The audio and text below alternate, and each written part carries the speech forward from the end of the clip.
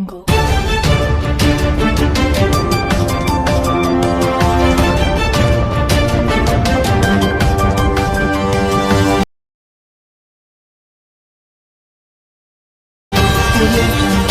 मराठा, एक मराठा।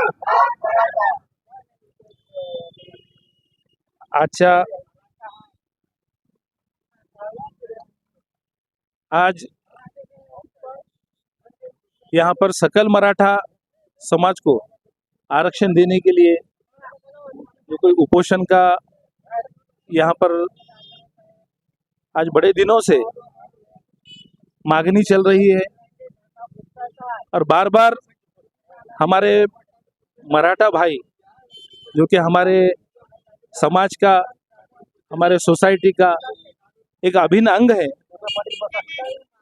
वो अपनी जान की बाजी लगाकर, अपने सब काम धाम छोड़कर, अपने बीवी बच्चों को छोड़कर आज इस कड़ी धूप में सिर्फ इसलिए बैठे हुए हैं कि हमारे मराठा भाइयों को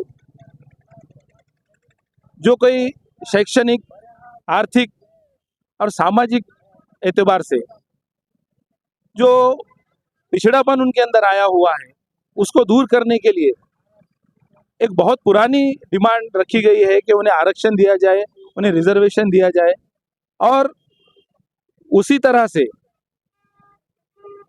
हुकूमत हर बार ये बात बताती आई है कि हम मराठा लोगों को आरक्षण देंगे।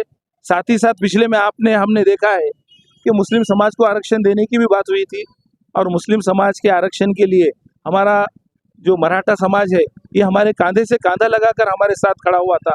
इसलिए बहैसियत मुस्लिम और एक वकील होने के नाते ये मेरी जिम्मेदारी है कि जब हमारे समाज का एक घटक, हमारे समाज का एक अभिन्न अंग, जब उसके ऊपर कोई मुसीबत आन पड़ी है, जब उसके ऊपर जुल्म हो रहा है, जब उसके ऊपर कोई ज्यादती हो रही है, तो हमारी ये जवाबदारी है, हमारी ये जिम्मेदारी है कि हम बराबर के उनके हिस्सेदार बने और उनकी इस लड़ाई में हम उनके साथ शरीक रहें।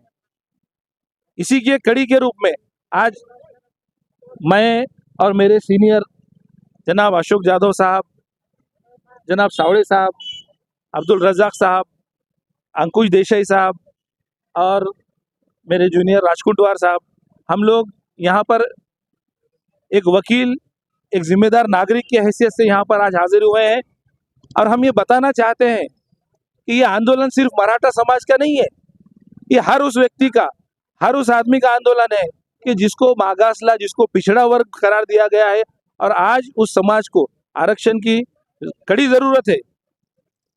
जरांगे साहब को आपने देखा कि इतने दिनों से वो जो है उपोषण पर बैठे हुए हैं, लेकिन हुकूमत का एक खेल चल रहा है, एक घिनौना खेल चल रहा है और एक ऐसा रवैया हुकूमत अपनाई हुई है कि जो दिशा भूल करना जिसे हम कहते हैं, जिसे हम ये कहते हैं कि मिसगाइडेंस।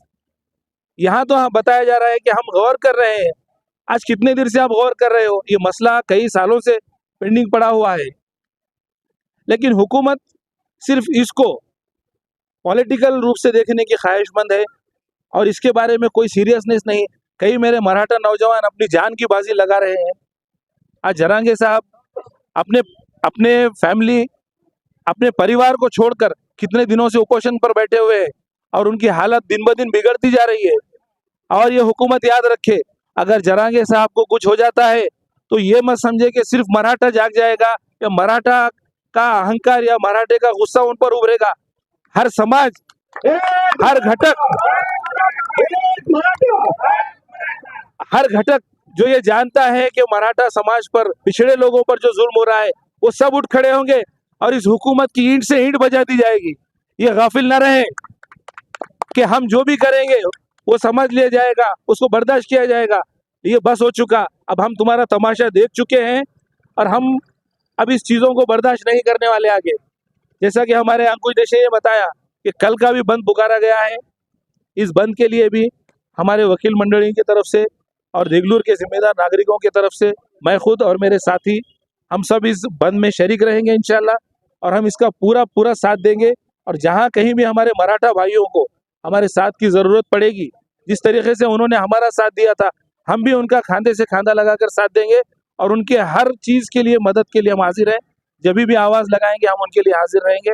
ये मैं गवाही देते हुए मराठा आरक्षण मिळालंच पाहिजे, मराठा आरक्षण। मुझे 2 लफ्ज कहने का मौका दिया गया, मैं यहाँ पर सब लोगों का शुक्रगुजार हूँ।